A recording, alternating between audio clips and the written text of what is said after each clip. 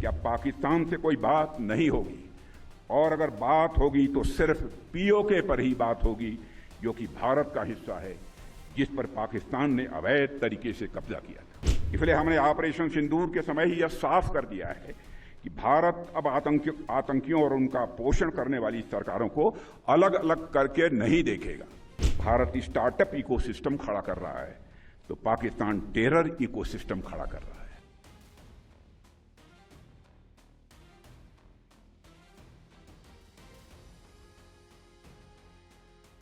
पाकिस्तान इस वक्त अपने सबसे बुरे दौर से गुजर रहा है। हालात बेहद खराब है।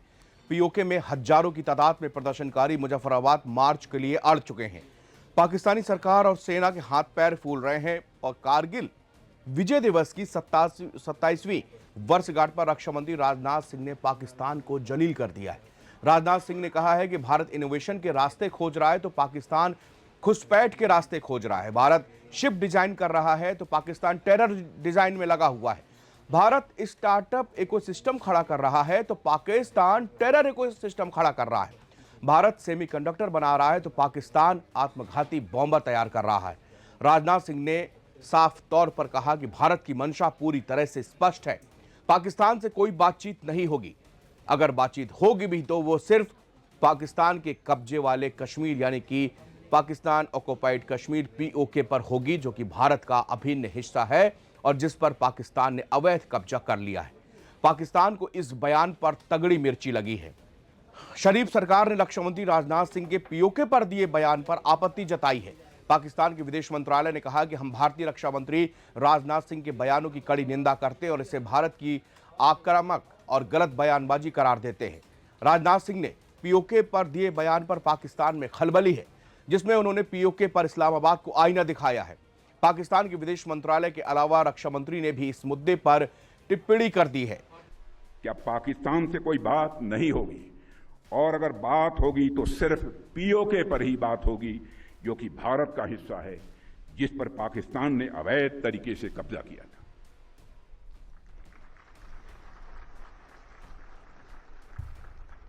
साथियों, पाकिस्तान ने इस समय आतंकवाद को अपनी सरकारी नीति का एक हिस्सा बना लिया है और वहां पर मिलिट्री और मिलिटेंट्स के बीच का फर्क पूरी तरह से समाप्त हो चुका है।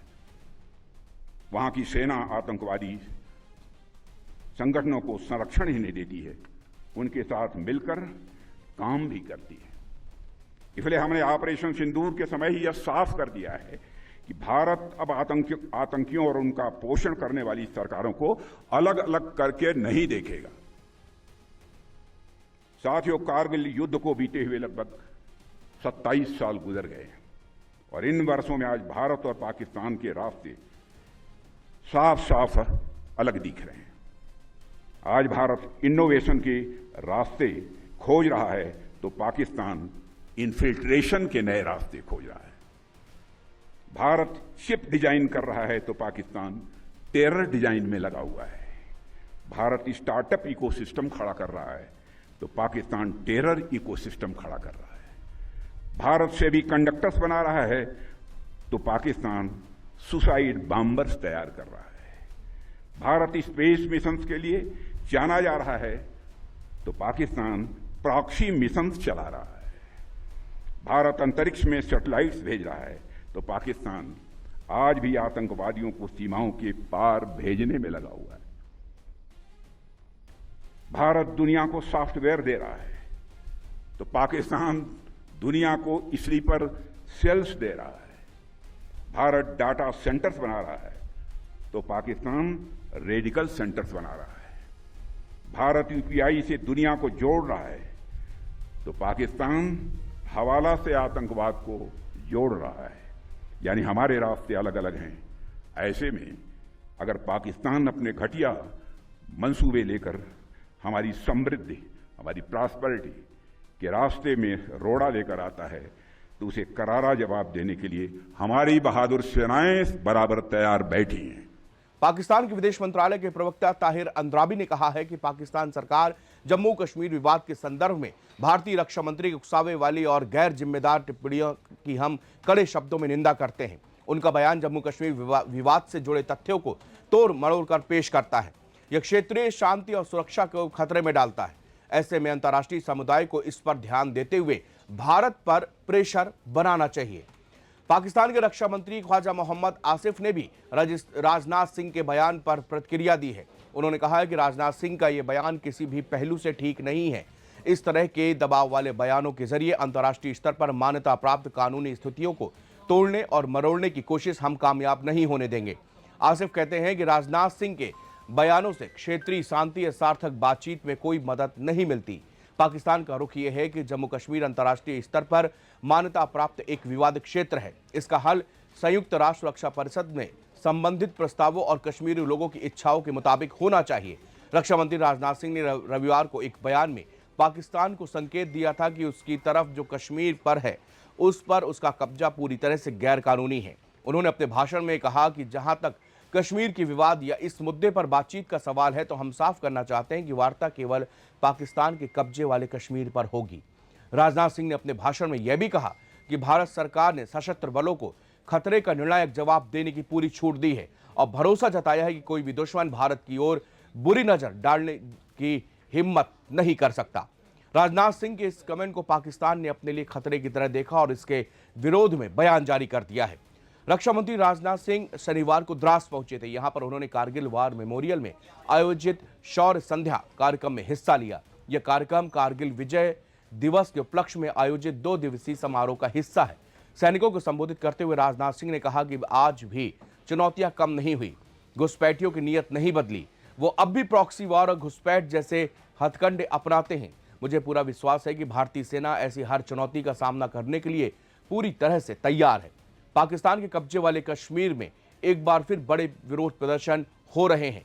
पीओके में पाकिस्तान सरकार के खिलाफ आंदोलन की अगुवाई कर रही ज्वाइंट अवामी एक्शन कमेटी ने 26 और 27 जुलाई को 2 दिन के बड़े विरोध प्रदर्शन का ऐलान किया था। कमेटी ने मुजफ्फराबाद तक ऐतिहासिक लॉन्ग मार्च करने का भी घोषणा की है। जाने माने अधिकार कार्यकर्ता उमर नजीर कश्मीरी और वकील ख्वाजा मेहरान ने स्थानीय लोगों से एकजुट होने की अपील की है। आंदोलनकारी नेताओं ने अलग अलग क्षेत्र में पूरी तरह शटडाउन की भी अपील करते हुए लोगों को लामबंद होने के लिए कहा है। इसका मकसद अलग अलग जगहों पर हो रहे धरनों को एकजुट होकर क्षेत्रीय राजधानी मुजफ्फराबाद की ओर एक शांतिपूर्ण मार्च में बदलना है। जेएएसी के नेताओं ने कहा कि उनका विरोध प्रदर्शन अहिंसक होगा क्योंकि नाराजगी सुरक्षा कर्मियों से नहीं बल्कि इस्लामाबाद के थोपे गए प्रशासनिक ढांचे से है। हालांकि इससे पहले आंदोलनों में पाकिस्तानी सुरक्षा बलों के भारी बल प्रयोग के रिकॉर्ड को देखते हुए एक बार फिर से हिंसा की आशंका जताई जा रही है। 1 महीने से ज्यादा वक्त से जारी प्रदर्शनों में पाकिस्तानी सुरक्षा बलों की झड़पों में दर्जनों आम लोग, महिला और बच्चे मारे गए हैं। इस बार आंदोलन के लिए एक नई योजना तैयार की गई है जिसमें अलग अलग इलाकों में धरनों को रोक दिया गया है ताकि कार्यकर्ता बड़े प्रदर्शन के लिए एकजुट हो सके। इसका पहला चरण रविवार यानी 26 जुलाई को मीरपुर से शुरू हुआ, जहां से प्रदर्शनकारियों का काफिला आगे बढ़ते हुए रावलकोट के धरने में शामिल हुआ। 27 जुलाई को प्रदर्शनकारी मुजफ्फराबाद की ओर लॉन्ग मार्च करने भी निकल चुके हैं। अधिकार कार्यकर्ता और आंदोलनकारी नेता एडवोकेट ख्वाजा मेहरान ने लोगों से पूरी तरह से व्यापक और नागरिक कामकाज को बंद करने की भी अपील की है। उन्होंने इस प्रदर्शन को एक बड़ा और निर्णायक मोड़ बता दिया है और लोगों से बड़ी संख्या में सड़कों पर उतरने का आग्रह किया है। ये इतिहास में पहली बार है जब इतना बड़ा आंदोलन पीओके के अंदर हो रहा है जिसमें शहबाज शरीफ और असीम मुनीर दोनों की धड़कनें थाम दी है। दरअसल सुरक्षा बलों ने अब तक 100 से ज्यादा लोगों को मौत के घाट उतार दिया, लेकिन ये विरोध प्रदर्शन थमने का नाम नहीं ले रहा है। इसके अलावा पाकिस्तान बार बार इनके पीछे भारत का हाथ बता रहा। अब दरअसल अपने ही देश में अपने ही लोगों को गोलियों से भूनने वाला ये देश अब बता रहा है कि ये सब भारत करवा रहा है, जबकि भारत ने कड़े शब्दों में बताया कि जब आप अपने देश की जनता के अधिकारों की रक्षा नहीं करेंगे, उन पर आप अधिकार अपने गंदे काले कानून थोपेंगे तो जनता उठती है। और आज जब मुजफ्फराबाद की ओर मार्च निकल रहा है तो ये समझ लीजिए कि सुरक्षा कर्मियों के भी हाथ पैर फूल रहे हैं, क्योंकि हजारों की भीड़ जो है वो मुजफ्फराबाद की ओर बढ़ चुकी है। शुक्रिया।